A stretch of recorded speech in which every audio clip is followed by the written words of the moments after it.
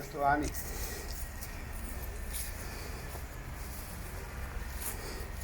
Je prišel čas, da pride na vrsto dan spomina, ali kako smo prej rekli, dan mrtvih, ko se spominjamo, obujemo spomine na svoje svojce, brate, sestre, očete, matere.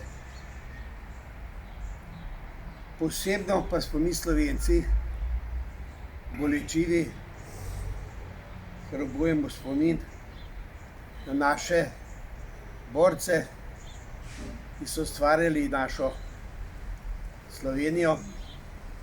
In trenutno tukaj, danes naša organizacija skupaj z šolo daje spomin prvemu predsedniku slovenske vlade, Borisu Kidriču, Petru Kalanu.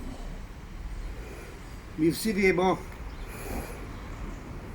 kakšne so zasluge NOB-ja za svobodo Slovenije.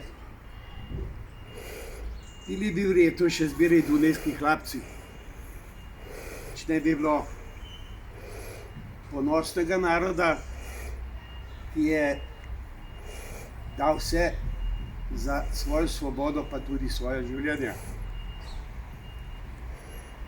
Na današnji dan, ko se spominjamo teh dogodkov, z globokim spoštovanjem se poklanjamo njihovim spominom, njihovim žrtvam, a posebej nas pa skrbi, kajti črni oblaki so se začeli nabirati nad našo svobodno Slovenijo. Da ne pretiravam z besedami preveč, bom rekel samo eno.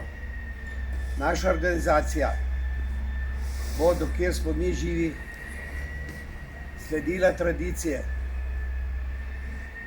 naših borcev za mir, za svobodo. In če bo potrebno, bomo šli pa še enkrat v boj. Smrt fašizmu! Svoboda narodu! Hvala lepa.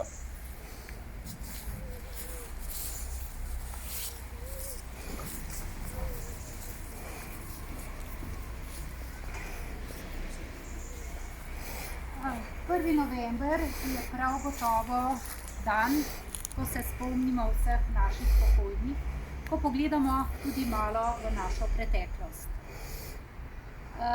Boris Kidrič je naš. Šola je prvotno se imenovala po njem in vsi smo bili zelo ponosni, da obiskujemo ali pa da smo delavci na osnovni šoli Borisa Kidriča, kajti Boris Kidrič je bil prvi predsednik slovenske vlade. Tega spoznanja ne more nihče ne vzeti, ne izničiti. Žal se danes imenujemo osnovna šola Savsko naselje, vendar da ni učenca na naši šoli, ki ne bi vedel, da se je prvotno imenovala po prvem slovenskem predsedniku Borisu Kidriču.